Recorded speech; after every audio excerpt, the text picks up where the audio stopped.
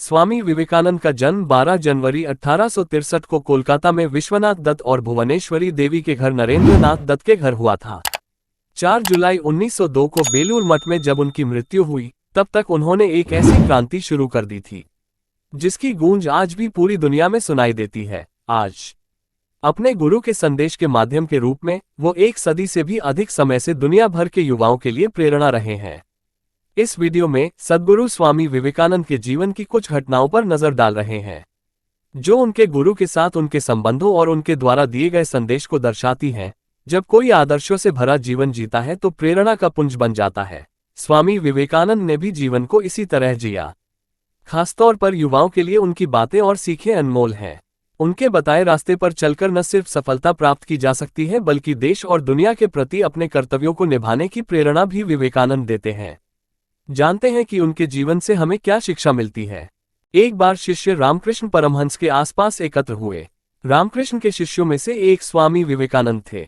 विवेकानंद 1893 में शिकागो में विश्व धर्म संसद के लिए संयुक्त राज्य अमेरिका जाने वाले पहले योगी थे, जिसके बाद उन्होंने आध्यात्मिक लहर पैदा की। जब लोग किसी भी नई चीज के प्रति बहुत प्रतिरोधी थे, तो वह आए और कुछ हद तक द्वार खोल दिए। रामकृष्ण के मन में विवेकानंद के प्रति बहुत अलग तरह का लगाव था, क्योंकि वे उन्हें अपना संदेश दुनिया तक पहुंचाने के एक साधन के रूप में देखते थे। अकेले रामकृष्ण ऐसा नहीं कर सकते थे और इसलिए उन्होंने विवेकानंद को एक माध्यम के रूप में देखा। रामकृष्ण के आसपास के लोगों को समझ नहीं आया कि वह विवेकानंद के प्रति इतने पागल क्यों थे। यदि विवेकानंद एक दिन के लिए भी उनसे मिलने नहीं आते, तो रामकृष्ण उनकी तलाश में निकल पड़ते, क्योंकि उन्हें पता था कि इस लड़के के पास संचारित करने के लिए आवश्यक धारणा है। विवेकानंद रामकृष्ण परमहंस के भी उतने ही दीवाने थे। उन्होंने किसी रोजगार की तलाश नहीं की। उन्होंने ऐसा कुछ भी नहीं किया जो उनकी उम्र के लोगों को आमतौर पर करना चाहिए। वो हर समय रामकृष्ण का अनुसरण करता था। विवेकानंद के जीवन में एक बहुत अद्भुत घटना घटी। एक दिन उसकी मां बहुत बीमार थी और मृत्यु शैया पर थी। अब अचानक विवेकानंद के मन में यह विचार आया कि उनके हाथ में पैसे नहीं हैं और वे उसे आवश्यक दवा या भोजन उपलब्ध कराने में असमर्थ हैं। इससे उसे बहुत गुस्सा आया कि वह अपनी मां की देखभाल करने में असमर्थ था, जबकि वह वास्तव में बीमार थी। जब विवेकानंद जैसे व्यक्ति को क्रोध आता है तो उसे सचमुच क्रोध आता है। वह रामकृष्ण के पास गए। वहां जाने के लिए कहीं और नहीं था। भले ही उन्हें गुस्सा आ जाए, वो वहीं चले गए। उन्होंने रामकृष्ण से कहा, ये सब बकवास, यह आध्यात्मिकता, यह मुझे कहाँ ले जा रही है?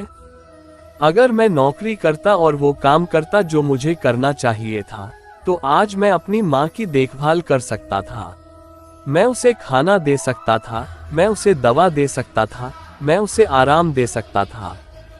यह आध्यात्मिकता मुझे कहाँ ले गई है? रामकृष्ण काली के उपासक थे। उनके घर में काली मंदिर था। उन्होंने कहा, क्या आपकी माँ को दवा और भोजन की आवश्यकता है? तुम जाकर माँ से क्यों नहीं मांगते कि तुम्हें क्या चाहिए? विवेकानंद को यह एक अच्छा विचार लगा और वे मंदिर में चले गए। लगभग 1 घंटे के बाद वह बाहर आए और रामकृष्ण ने पूछा, क्या तुमने माँ से भोजन, पैसा और जो कुछ भी तुम्हारी माँ को चाहिए मांगा? विवेकानंद ने उत्तर दिया, नहीं, मैं भूल गया। रामकृष्ण ने कहा, फिर से अंदर जाओ और पूछो। उद्धरण चिन्ह। विवेकानंद फिर मंदिर में गए और 4 घंटे बाद वापस आए। रामकृष्ण ने उनसे प्रश्न किया, क्या तुमने माँ से पूछा? विवेकानंद ने कहा, नहीं, मैं भूल गया। रामकृष्ण ने फिर कहा, फिर अंदर जाओ और इस बार पूछना मत भूलना। विवेकानंद अंदर गए और लगभग 8 घंटे बाद बाहर आए। रामकृष्ण ने फिर उनसे पूछा, क्या तुमने माँ से पूछा? विवेकानंद ने कहा, नहीं, मैं नहीं पूछूंगा, मुझे पूछने की कोई जरूरत नहीं है। रामकृष्ण ने उत्तर दिया, यह अच्छा है। अगर आज तुमने मजार पर कुछ मांगा होता तो ये तुम्हारे और मेरे बीच आखिरी दिन होता।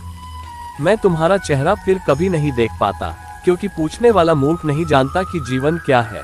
पूछने वाला मूर्ख जीवन के मूल सिद्धांतों को नहीं समझ पाया है। प्रार्थना करना एक निश्चित गुण है। यदि आप प्रार्थनापूर्ण हो जाते हैं, यदि आप पूजनीय बन जाते हैं, तो यह एक शानदार तरीका है।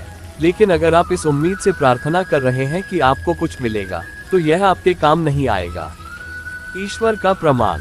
जब वे केवल 19 वर्ष के थे तब विवेकानंद एक बहुत ही तार्किक, बौद्धिक लड़के थे और आग से भरे हुए थे। वो हर बात का उचित उत्तर चाहता था। वो रामकृष्ण के पास आए और पूछा, आप हर समय भगवान भगवान बात कर रहे हैं, सबूत कहाँ है? मुझे सबूत दिखाओ। रामकृष्ण बहुत सरल थे। वो कोई पढ़ा लिखा आदमी नहीं था। वो एक रहस्यवादी थे, विद्वान नहीं। तो उन्होंने कहा, मैं प्रमाण हूँ। रामकृष्ण ने कहा, मैं ईश्वर के अस्तित्व का प्रमाण हूँ। उद्धरण चिन्ह डॉट। विवेकानंद को समझ नहीं आया कि क्या कहें, क्योंकि यह बिल्कुल पागलपन था। वो किसी महान बौद्धिक स्पष्टीकरण की अपेक्षा कर रहा था। ईश्वर का प्रमाण बीज का अंकुरित होना और ग्रह का घूमना है। लेकिन रामकृष्ण ने कहा, मैं ईश्वर के अस्तित्व का प्रमाण हूँ। मैं जैसा हूँ वही इसका प्रमाण है। रामकृष्ण यही कह रहे थे। विवेकानंद को समझ नहीं आया कि क्या कहें और वे चले गए। 3 दिन बाद वो वापस आया और पूछा, ठीक है, क्या तुम मुझे भगवान दिखा सकते हो? रामकृष्ण ने पूछा, क्या तुम में देखने का साहस है? बहादुर लड़के ने कहा, हाँ, क्योंकि यह उसे पीड़ा दे रहा था। तो रामकृष्ण ने बस अपना पैर विवेकानंद की छाती पर रख दिया और विवेकानंद समाधि की एक निश्चित अवधि में चले गए जहां वे मन की सीमाओं से परे थे। वो लगभग 12 घंटों तक उसमें से बाहर नहीं आया और जब वो बाहर आया तो वह फिर कभी वैसा लड़का नहीं रहा। उसके बाद उन्होंने अपने जीवन में कभी दूसरा प्रश्न नहीं पूछा। विवेकानंद को मिला शारदा का आशीर्वाद। जब तक आप भक्त नहीं हैं, जीवन आपके लिए नहीं खुलना चाहिए, क्योंकि यदि यह आपके लिए खुलता है तो आप केवल अपना और बाकी सभी का नुकसान करेंगे। भारत में ज्ञान कभी भी ऐसे व्यक्ति को नहीं सौंपा गया जिसमें भक्ति का अभाव हो। विवेकानंद के जीवन की एक सुंदर घटना है। रामकृष्ण परमहंस का निधन हो चुका था और विवेकानंद ने युवाओं का एक दल इकट्ठा किया था जो पूरे भारत में यात्रा कर राष्ट्र निर्माण और देश का चेहरा बदलने की कोशिश कर रहे थे। तभी किसी ने उन्हें बताया कि संयुक्त राज्य अमेरिका के शिकागो में धर्म संसद हो रही है। उन्होंने उसे वहां जाने का सुझाव दिया क्योंकि यहाँ कोई उसकी बात नहीं सुन रहा था। कोई नहीं था। एक युवक एक जगह से दूसरी जगह दौड़ रहा है, बड़ी बड़ी बातों के बारे में बात करने की कोशिश कर रहा है जो धर्मग्रंथ में नहीं लिखी है। कौन सुनने को तैयार है? उन्होंने कहा, तुम जाओ और उन्हें वहां हिलाओ। यदि आप उन्हें वहां हिला देंगे तो यहाँ हर कोई आपका ध्यान रखेगा।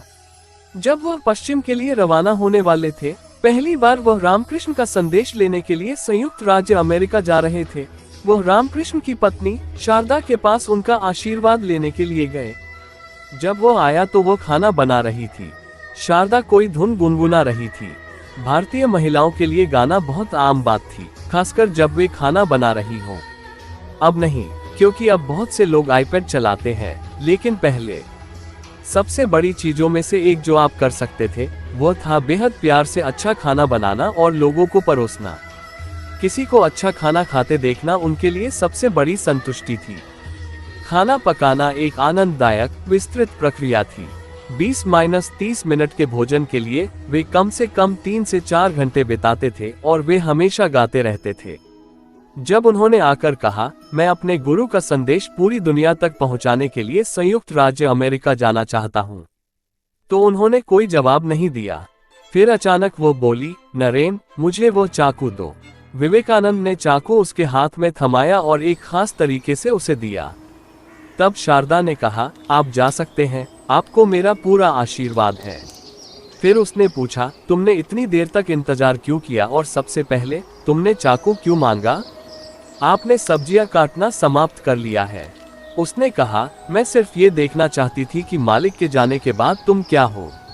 अब जिस तरह से आपने मुझे चाकू दिया उससे पता चला कि आप जाने के लिए उपयुक्त है। आप गुरु का संदेश ले जाने के लिए उपयुक्त हैं।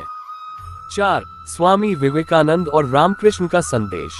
आप सदैव देख सकते हैं कि अधिकांश स्वामी स्वयं प्रसिद्ध होने में सक्षम नहीं है। उन्हें संदेश पहुंचाने के लिए एक अच्छे शिष्य की आवश्यकता होती है, क्योंकि गुरु स्वयं दुनिया के तौर तरीकों में बहुत अच्छे नहीं हो सकते हैं। आज हर कोई रामकृष्ण परमहंस की बात कर रहा है। रामकृष्ण एक अत्यंत सघन चेतना थे। एक घटना, परंतु साथ ही सांसारिक स्तर पर वो पूर्णतः अशिक्षित था। यदि विवेकानंद न आए होते तो वो अपने आप में एक खोया हुआ, भूला हुआ फूल होता। इतने सारे फूल खिलते हैं, लेकिन उनमें से कितने पहचाने जाते हैं? 5. प्रार्थना पर स्वामी विवेकानंद। स्वामी विवेकानंद ने एक बार कहा था, किसी भी प्रार्थना की तुलना में फुटबॉल को किक मारना आपको ईश्वर के करीब ले जाएगा। ये सच है, क्योंकि आप फुटबॉल तब तक नहीं खेल सकते जब तक आप इसमें पूरी तरह शामिल ना हो। इसमें कोई निजी मंशा नहीं है, सिर्फ संलिप्तता है। आप क्या कर सकते हैं और क्या नहीं कर सकते, ये पहले से ही निर्धारित है और आपको कई वर्षों से प्रशिक्षित किया गया है। अब ये सिर्फ संलिप्तता का सवाल है। प्रार्थना के साथ कुछ समय बाद आप कई अन्य काम करते हुए प्रार्थना कर रहे होंगे। आप जो चाहे कर सकते हैं। भारत में उन्होंने प्रार्थनाओं को बहुत जटिल बना दिया, केवल मौखिक नहीं, ताकि आपको खुद को इसमें शामिल करना पड़े, क्योंकि उन्होंने हजारों वर्षों से ये सब प्रार्थना करने का व्यवसाय देखा है। वे जानते हैं कि लोग क्या करेंगे, इसलिए उन्होंने प्रार्थना को इतना जटिल बना दिया। एक पूरी प्रक्रिया जिसे आपको याद रखना होगा और ठीक से कार्य करना होगा, अन्यथा यह अपवित्रीकरण है। जब जटिलता का वो स्तर मौजूद हो तो आप प्रार्थना के दौरान कुछ और नहीं कर सकते। तो इस तरह एक फुटबॉल खेल आपको भागीदारी के उस स्तर पर ले जाता है जहां आप कुछ और नहीं कर सकते। कुछ और करना आपके अंदर पूरी तरह से अनुपस्थित और चला गया है, क्योंकि आप कुछ और नहीं कर सकते हैं।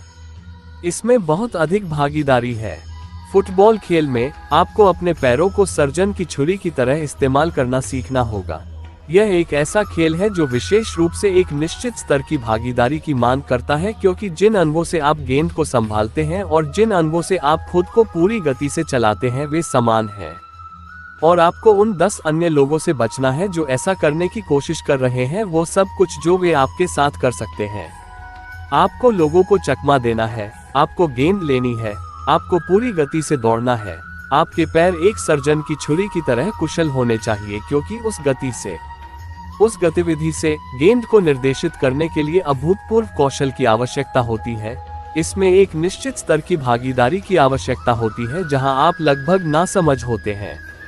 यदि आप संपूर्ण संलग्नता के साथ कुछ करते हैं तो आप देखेंगे वहां केवल क्रिया है, मन कहीं और है।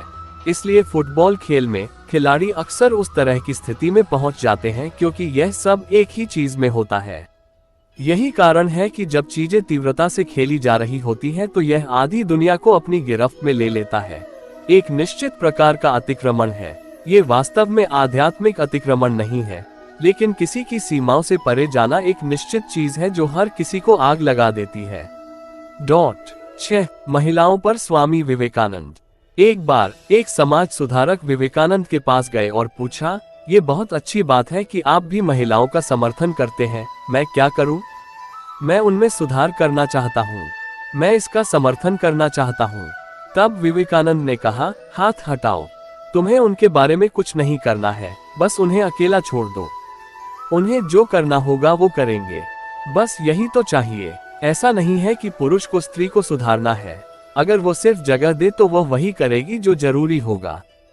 7 स्वामी विवेकानंद का दृष्टिकोण। जब मैं 12 या 13 साल का था तब मुझे कुछ साहित्य पढ़ने को मिला जिसमें स्वामी विवेकानंद ने कहा था, मुझे 100 सच्चे समर्पित लोग दीजिए और मैं इस देश का चेहरा बदल दूंगा। उस समय ऐसा लगता है कि इस देश में 230 करोड़ लोग थे, लेकिन उन्हें 100 भी सच्चे समर्पित लोग नहीं मिल सके। मैंने सोचा, कैसी त्रासदी है। विवेकानंद जैसा व्यक्ति एक घटना है, वो हर दिन नहीं होता। जब वह आएंगे तो हम उन्हें इस विशाल देश में 100 लोग भी नहीं दे पाएंगे। मुझे यह इस संस्कृति और इस देश के लिए एक बड़ी त्रासदी जैसा लगा। एक व्यक्ति के पास जबरदस्त दूरदृष्टि थी और एक व्यक्ति की दूरदर्शिता के कारण बहुत सारी चीजें घटित हुई हैं। आज भी उनके नाम पर मानव कल्याण के लिए बहुत कुछ हो रहा है। उनकी दूरदृष्टि से बहुत कुछ हुआ है। बाकी सब जो उस समय रहते थे वे कहाँ हैं? लेकिन उनका विजन अभी भी किसी तरह काम कर रहा है। इससे काफी खुशहाली आई है। देने का आनंद अधिक होता उन दिनों स्वामी विवेकानंद अमेरिका में एक महिला के यहाँ ठहरे हुए थे, जहाँ अपना खाना वे खुद बनाते थे। एक दिन वे भोजन करने जा रहे थे कि कुछ भूखे बच्चे पास आकर खड़े हो गए। स्वामी विवेकानंद ने अपनी सारी रोटियां उन बच्चों में बांट दी। ये देख महिला ने उनसे पूछा, आपने सारी रोटियां उन बच्चों को दे डाली, अब आप क्या खाएंगे? उन्होंने मुस्कुराकर जवाब दिया, रोटी तो पेट की ज्वाला शांत करने वाली चीज है। इस पेट में न सही, उस पेट में ही सही। देने का आनंद पाने के आनंद से बड़ा होता है। सामना करो अपने डर का। एक बार बनारस में एक मंदिर से निकलते हुए विवेकानंद को बहुत सारे बंदरों ने घेर लिया। वे खुद को बचाने के लिए भागने लगे, लेकिन बंदर उनका पीछा नहीं छोड़ रहे थे। पास खड़े एक वृद्ध सन्यासी ने उनसे कहा, रुको और उनका सामना करो। विवेकानंद तुरंत पलटे और बंदरों की तरफ बढ़ने लगे। उनके इस रवैये से सारे बंदर भाग गए। इस घटना से उन्होंने सीख ग्रहण की कि डर कर भागने की अपेक्षा मुसीबत का सामना करना चाहिए।